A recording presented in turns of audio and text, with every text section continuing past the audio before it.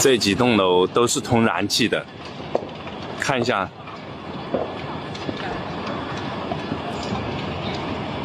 屋子里面全部起火了，全部起火，通燃气的，想象一下，不排除会爆炸的，很恐怖啊，真的很恐怖，损失很惨重啊，但是不知道里面有没有人，但是一定不排除里面有人的。